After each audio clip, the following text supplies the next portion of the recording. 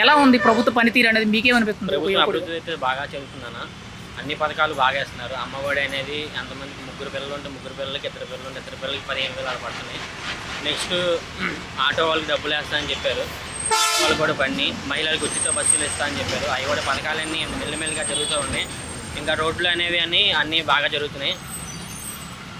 అంటే రీసెంట్గా మహిళలకు ఉచిత బస్సు ఇచ్చారు, దానివల్ల మహిళలకి బెనిఫిట్ అయిందన్నారు. కానీ ఆటో డ్రైవర్లకి నష్టం కలుగుతుంది, మాకు జీవనోపాధి పోతుంది అన్నారు. వాళ్ళకు కూడా హామీలో లేకపోయినా 15,000 వేశారు కదా, దాని గురించి ఏం చెప్తా అంటే ప్రభుత్వం ఇంత అప్పుల్లో ఉండి కూడా ఇటువంటి నిర్ణయాలు తీసుకోవడం ఎంతవరకు కరెక్ట్ అంటారు?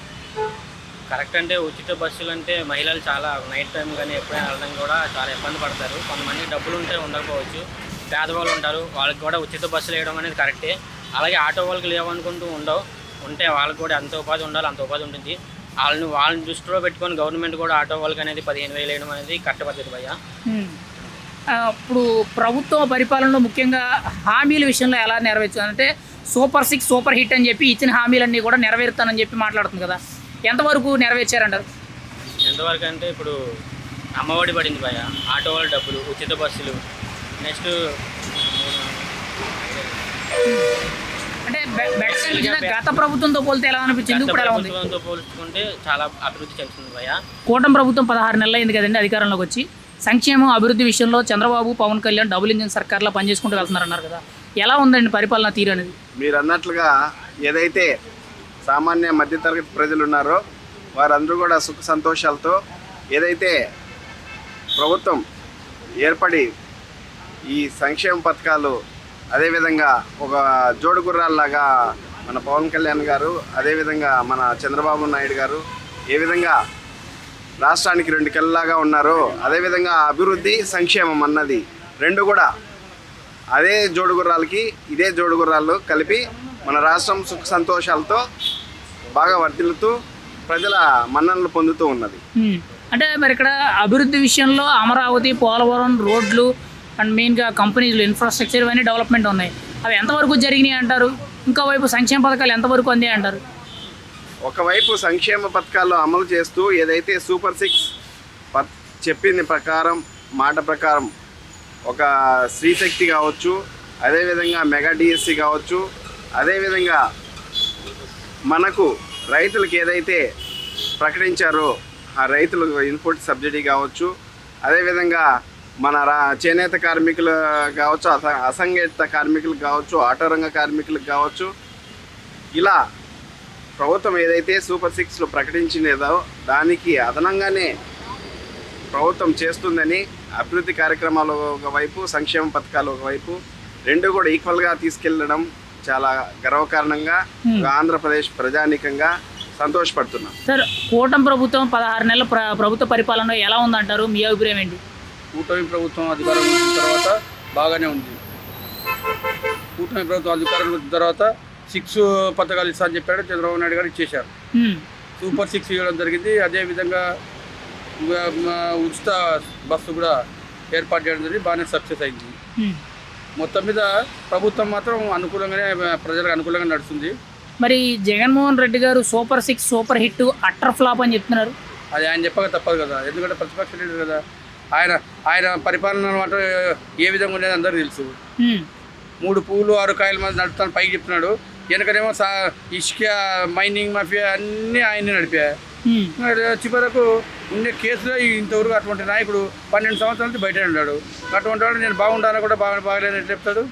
గత 5 ఏళ్లలో అసలు ఏ స్కాములు జరగలేదు, సుపరిపాలన జరిగిందని అంటున్నారు కదా, మీ అభిప్రాయం ఏంటి దాని మీద? అన్ని స్కామ్లే పోయిన గవర్నమెంట్లో. లిక్కర్లో జరిగింది, దాని తర్వాత ప్రతి దాంట్లో ఏ దాంట్లో జరగదు చెప్పండి.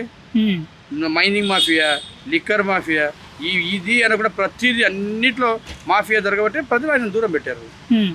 అంటే మరి ఇప్పుడు జగన్మోహన్ రెడ్డి గారు కానీ, ఆ పార్టీలో ఉన్న నాయకులు కానీ, లిక్కర్ స్కామ్లో అరెస్ట్ అయిన వాళ్ళు కానీ అసలు లిక్కర్ స్కామే జరగలేదు, మేము చేయలేదు, మా మీద తప్పుడు కేసులు పెడుతున్నారని చెప్పి మాట్లాడుతున్నారు. ఏది నిజమంటారు?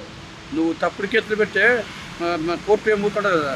న్యాయమూర్తులు అనేతులకు పార్టీ వాళ్ళకేం పార్టీ అనేది అనుకూలం ఉండదు కదా న్యాయమూర్తులకు. నువ్వు చేసిన లిక్కర్ స్కామ్లో ఎంత దొంగతనం జరిగిందో, నువ్వు పెట్టిన వాళ్ళు మొత్తం డబ్బులతో దగ్గర బయటపడ్డాయి. మీరు ఎలక్షన్లకు డబ్బులు వాడారు, దాని తర్వాత ఎక్కడెక్కడ స్కామ్ ఉండేదాల్లో బయటపడి వాళ్ళు ఖచ్చితంగా నిరూపించారు. వాళ్ళు నిరూపించిన తర్వాత మీ మీద కేసులు పెట్టారు. అది సిబిఐ వాళ్ళు మీరేం చేయకుండా సిబిఐ వాళ్ళ మీద ఏదైనా ఉంటే మీరు అడగండి ఎందుకు చేశారని. మీరు చేశారు కదా, చేశారు కాబట్టి ఆ విధంగా మేము గట్టి పెట్టారు అందరూ. నమస్కారం అండి, మీ పేరు? అన్ను వెంకటేశ్వర రెడ్డి. ఇప్పుడు కూటమి ప్రభుత్వ పరిపాలన వచ్చి 16 నెలలు దాటింది కదా, ఎలా ఉందండి చంద్రబాబు గారి పరిపాలన? చాలా బాగుంది.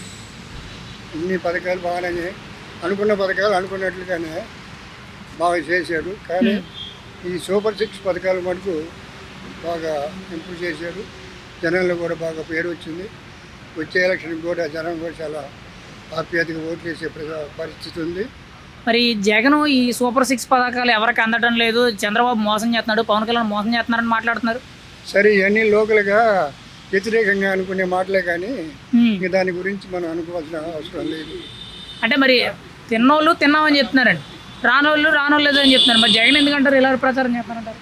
సరే వాళ్ళు చేయాల్సింది చేయాలి, తప్పదు. ఎందుకంటే బాగుంది అంటే వాళ్ళకి ఉపయోగం ఏముంది?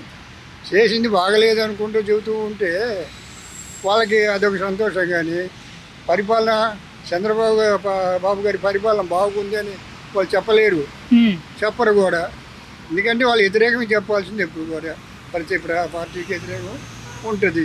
అంతేగాని జగన్ చేశాడు జగన్ చేయలేదు అనే సమస్య కాదు. జగన్ 29లో మళ్ళీ జగన్ వస్తానంటున్నారు కదా, ఎలా ఉంటుంది అంటారు? సరే ఇప్పుడు ఊహలు అన్నీ ఉంటాయండి.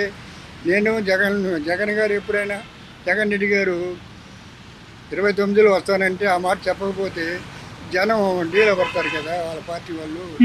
మరి ఏదో రకమైన ధైర్యం చెప్పాలిగా, అందువల్ల ఆయన ఆ మాట చెప్తున్నాడు. ఒకవేళ వస్తే ఏం జరుగుద్ది అంటారు? వస్తే ఆయన పని ఆయన చేస్తారు, మనం ఏం జరుగుతుంది ముందుగానే ఎట్లా ఊగిద్దాం. అంటే మరి రప్ప నరుకుతామని చెప్పి చెప్తున్నారు కదా, డైలాగులు చెప్తున్నారు కదా. ఈ సినిమా డైలాగులు అయ్యండి, అయ్యేది కాదు పోయేది కాదు అన్నారు. కానీ అది అంత తేలిగ్గా జనాన్ని చంపడం అంటే మాటలు కాదు. దీని మాట అంటానికి ఏముంది, అంటాం రపరప అంటే అది వాళ్ళతో మాట, అంతేగాని రపరప ఏమి ఉండదు.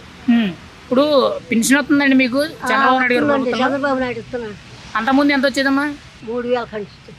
ఇప్పుడు ఎంత వస్తుందండి చంద్రబాబు నాయుడు గారు? 4000 టైంకి వస్తుందండి. అంటే ఇంతకుముందు ఇంటింటికి 6 గంటలకి పెన్షన్ ఇచ్చేవారంట కదా, ఇప్పుడు ఎలా ఇస్తున్నారండి? ఇప్పుడు ఇస్తున్నారండి.